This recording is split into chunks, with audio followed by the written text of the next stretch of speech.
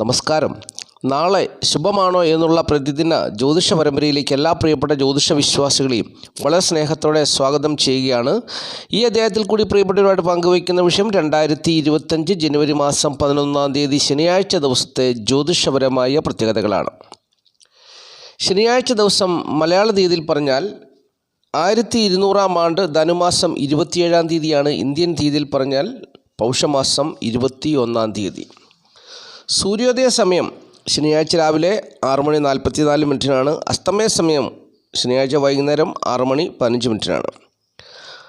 ശനിയാഴ്ചത്തെ ഉദയാൽപരം തിഥി ദ്വാദശി തിഥിയാണ്. ദ്വാദശി തിഥി അല്പം നേരം മാത്രമേ ഉണ്ടായിരിക്കുള്ളൂ. അതായത് രാവിലെ 8:23 വരെ ദ്വാദശി തിഥി ഉള്ളൂ.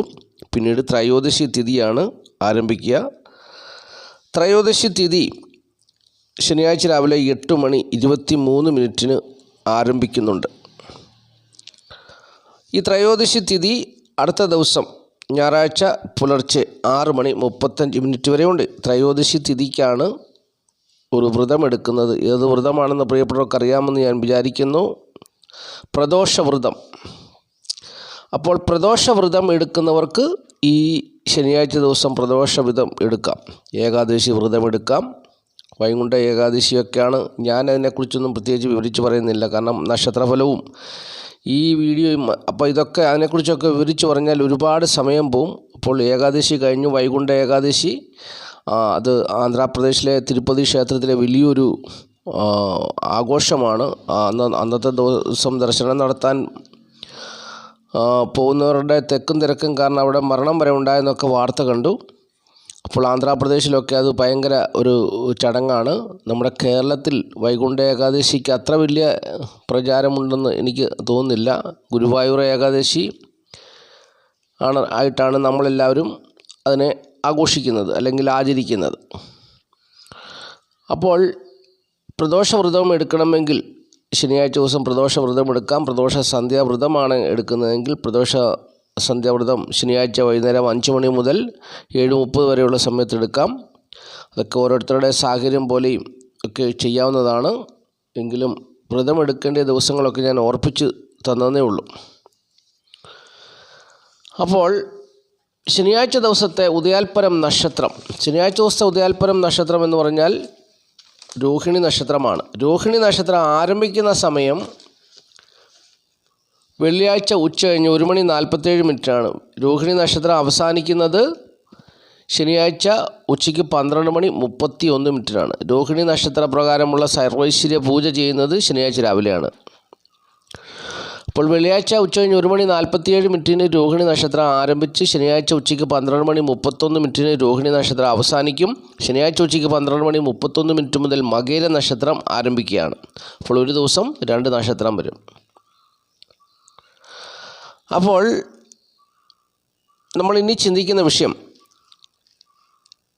രോഹിണി നക്ഷത്രപ്രകാരം ശനിയാഴ്ച ദിവസം ഉച്ചയ്ക്ക് 12:31 വരെയുള്ള സമയം അനുകൂലമായ അനുഭവങ്ങളും പ്രതികൂലമായ അനുഭവങ്ങളും വന്നു ചേരും. അത് രോഹിണി നക്ഷത്രപ്രകാരമാണ്. ഇന്നലത്തെ അധ്യായത്തിൽ ഞാൻ പറഞ്ഞു, എങ്കിലും ഒന്നുകൂടി പറഞ്ഞു തരാം. രോഹിണി നക്ഷത്രപ്രകാരം അശ്വതി, ഉത്രട്ടാതി, തിരുവോണം, അവിട്ടം, കാർത്തിക, ഉത്രം, അത്തം എന്നീ നാളുകാർക്ക് ശനിയാഴ്ച ഉച്ചയ്ക്ക് 12:31 വരെ നല്ല അനുഭവങ്ങൾ പ്രതീക്ഷിക്കാം.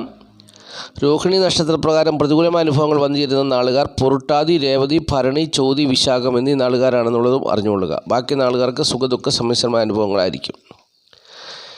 ശനിയാഴ്ച ഉച്ചയ്ക്ക് 12:31 മുതൽ മകയിര നക്ഷത്രം ആരംഭിക്കുകയാണ്. അപ്പോൾ പിന്നെ മകയിര നക്ഷത്രപ്രകാരമുള്ള അനുകൂലവും പ്രതികൂലവുമായ അനുഭവങ്ങളായിരിക്കും 27 നക്ഷത്ര ജാതർക്കും വന്നു ചേരുക.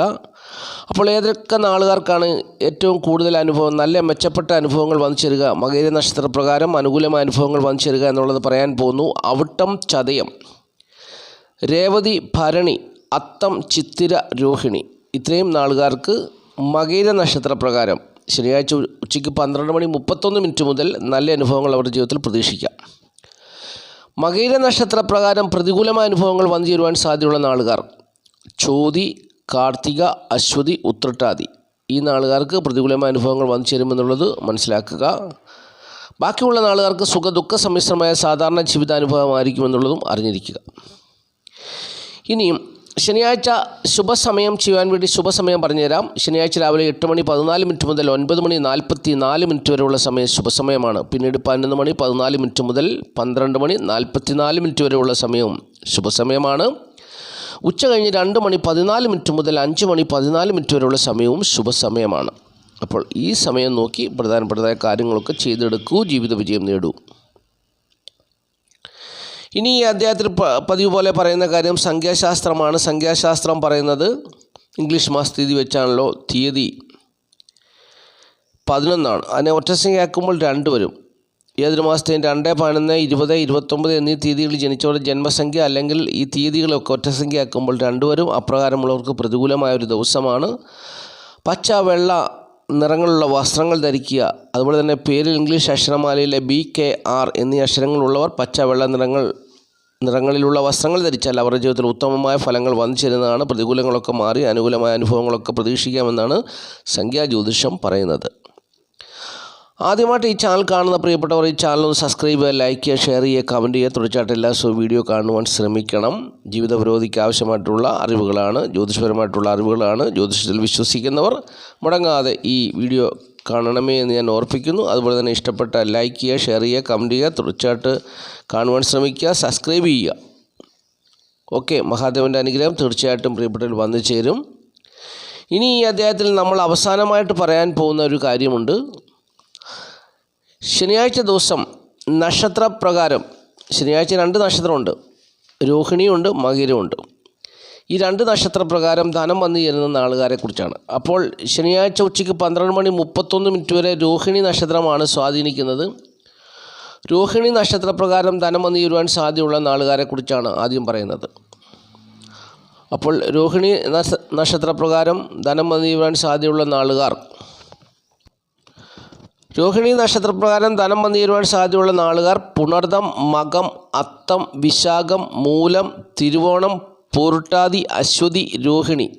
ഇത്രയും നാളുകാർക്ക് ശനിയാഴ്ച ഉച്ചയ്ക്ക് 12 മണി 31 മിനിറ്റ് വരെ രോഹിണി നക്ഷത്രപ്രകാരം ധനം വന്നു ചേരുവാൻ സാധ്യതയുണ്ട് എന്നുള്ളത് അറിഞ്ഞിരിക്കുക. ഇനി ശനിയാഴ്ച ഉച്ചയ്ക്ക് 12 മണി 31 മിനിറ്റ് മുതൽ മകയിര നക്ഷത്രമാണ് ആരംഭിക്കുക.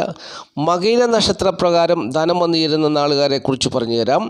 പൂയം, പൂരം, ചിത്തിര, അനിഴം, പൂരാടം, അവിട്ടം, ഉത്രട്ടാതി, ഭരണി, മകയിരം. ഇത്രയും നാളുകാർക്ക് മകയിര നക്ഷത്രപ്രകാരം ശനിയാഴ്ച ഉച്ചയ്ക്ക് 12 മണി 31 മിനിറ്റ് മുതൽ പിന്നെ ആ നക്ഷത്രം തിരുന്ന അടുത്ത ദിവസമാണ് ഞായറാഴ്ച ദിവസമാണ്. ആ സമയം വരെയും ധനം വന്നു ചേരാൻ സാധ്യതയുണ്ടെന്ന് ജ്യോതിഷം പറയുന്നു. അപ്പോൾ ധനത്തെക്കുറിച്ച് പ്രതീക്ഷിക്കുന്നവർക്ക് ഇതൊരു വലിയ അറിവാണ്. ധനം വന്നു ചേരുവാൻ സാധ്യതയുണ്ട്. നിങ്ങൾക്ക് തീർച്ചയായിട്ടും ധനം വന്നു ചേരും. അല്ലാത്തവർക്കും ധനം വന്നു ചേരുമെന്ന് അല്ലാത്തവർക്ക് ധനം വന്നു ചേരത്തില്ല എന്നുള്ളതല്ല ഇതിൻ്റെ അർത്ഥം. നക്ഷത്ര പൊരുത്തം വെച്ച് ഈ നാളുകാർക്ക് ഏതെങ്കിലും വിധത്തിൽ ധനം വന്നു ചേരുവാൻ സാധ്യതയുണ്ടെന്നുള്ളൊരു അറിവ് പറഞ്ഞതേ ഉള്ളൂ. അത് പ്രിയപ്പെട്ടവർ അങ്ങനെ തന്നെ കാണുക. അപ്പോൾ ഇത്രയും കാര്യങ്ങളാണ് ഈ അധ്യായത്തിൽ കൂടി പ്രിയപ്പെട്ടവരുമായിട്ട് പങ്കുവയ്ക്കാനുള്ളത്. ഈ വീഡിയോ കാണുന്ന എല്ലാ പ്രിയപ്പെട്ടവരെയും മഹാദേവൻ സമൃദ്ധിയായിട്ട് അനുഗ്രഹിക്കട്ടെ. ജനുവരി 31 രാഹുകേതു ദോഷപരിഹാര പൂജയുണ്ട്. എല്ലാവരുടെയും മനസ്സിൽ ഓർമ്മയിൽ സൂക്ഷിക്കുക. നിർവാഹമുള്ളവരൊക്കെ പൂജയിൽ പങ്കുചേരുക. ജീവിതത്തിൽ ഐശ്വര്യം നേടുക. പല കാര്യങ്ങളും തടസ്സപ്പെട്ടും രോഗത്താലും കഷ്ടതകളാലും ഒക്കെ ഭാരപ്പെട്ട് ജീവിക്കാതെ വെറും ചെറിയൊരു മുതൽ മുടക്കിലൊരു പൂജ ചെയ്താൽ അതിൻ്റെ ഫലം എത്രയോ വലുതാണ്, അല്ലെങ്കിൽ എത്ര അധികമാണ് അതിൻ്റെ ഫലം ഉണ്ടാകുക ജീവിതത്തിൽ എന്നുള്ളതിനെക്കുറിച്ച് ആഴമായി ചിന്തിച്ചൊരു തീരുമാനമെടുക്കുക. അപ്പോൾ എല്ലാവരെയും മഹാദേവൻ സമൃദ്ധിയായിട്ട് അനുഗ്രഹിക്കട്ടെ എന്നുള്ള പ്രാർത്ഥനയോട് നിർത്തട്ടെ. നന്ദി, നമസ്കാരം. Master mind of knowledge.